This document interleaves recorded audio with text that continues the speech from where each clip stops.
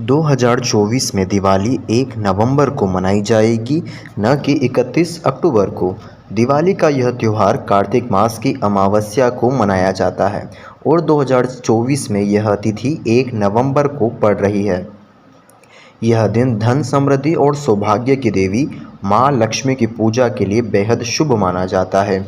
दिवाली 2024 का शुभ मुहूर्त। लक्ष्मी पूजा का सही समय चुनना महत्वपूर्ण है ताकि माँ लक्ष्मी प्रसन्न हो और घर में सुख समृद्धि का वास हो। 2024 में लक्ष्मी पूजा के लिए शुभ मुहूर्त इस प्रकार है। लक्ष्मी पूजन मुहूर्त 1 नवंबर 2024 को शाम 5:45 बजे से 7:45 बजे तक रहेगा।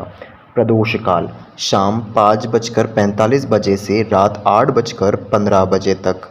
वृषभ काल शाम 5:45 बजे से शाम के 7:45 बजे तक। प्रदोष काल और ऋषभ काल को लक्ष्मी पूजा के लिए सबसे शुभ माना जाता है क्योंकि यह समय सृष्टि के संतुलन और स्थिरता का प्रतीक है। इस मुहूर्त में पूजा करने से माँ लक्ष्मी की विशेष कृपा प्राप्त होती है और घर में धन धान्य की वृद्धि होती है। दिवाली पूजा विधि। दिवाली के दिन घर और मंदिरों में विशेष पूजा की जाती है।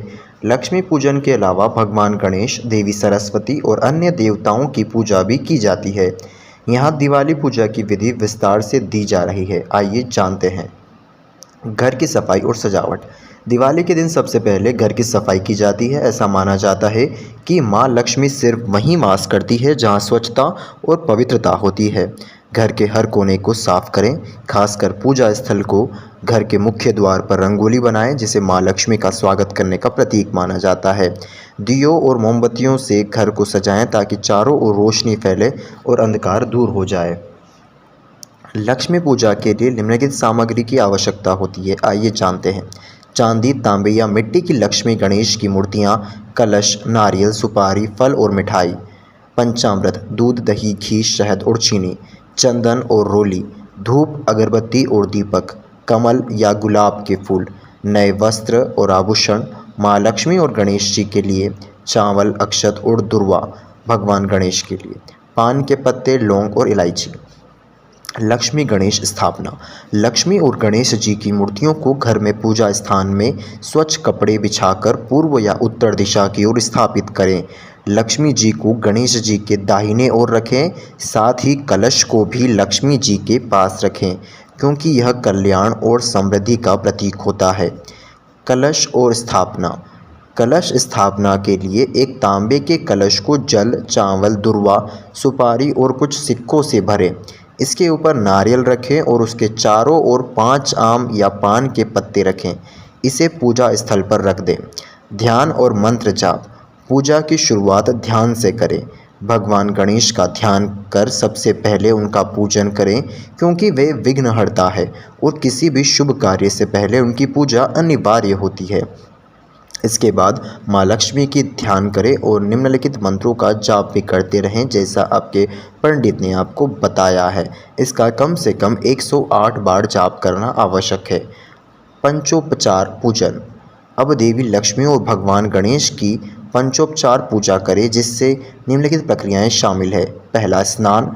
मूर्तियों को पंचामृत से स्नान कराएं और फिर स्वच्छ जल से धोएं। वस्त्र और आभूषण। लक्ष्मी गणेश को नए वस्त्र और आभूषण अर्पित करें। चंदन और रोली। लक्ष्मी गणेश की मूर्तियों पर चंदन और रोली का तिलक लगाएं। फूल अर्पण। कमल के फूल माँ लक्ष्मी को और दुर्वा भगवान गणेश को अर्पित करें। धूप और दीपक। धूप, अगरबत्ती और दीपक जलाएं और उनकी आरती भी करें। नैवेद्य अर्पण।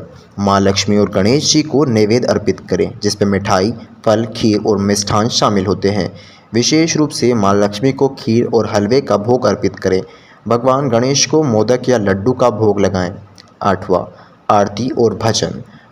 गणेश लक्ष्मी पूजा के बाद उनकी आरती करें।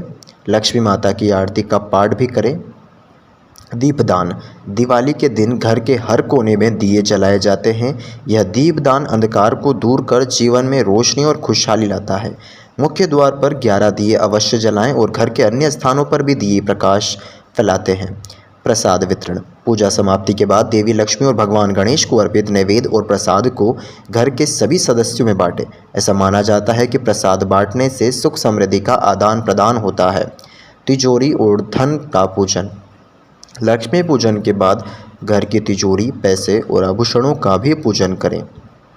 तिजोरी को मां लक्ष्मी का निवास माना जाता है, इसलिए इस दिन इसे विशेष रूप से साफ करके मां लक्ष्मी का आह्वान करें। दिवाली के अन्य अनुष्ठान। गोवर्धन पूजा और अन्नकूट। दिवाली के अगले दिन गोवर्धन पूजा की जाती है, जिसे अन्नकूट के नाम से भी जाना जाता है। इस दिन भगवान कृष्ण ने गोवर्धन पर्वत को अपनी छोटी उंगली पर उठाकर गोकुल वासियों को इंद्रदेव के प्रकोप से बचाया था।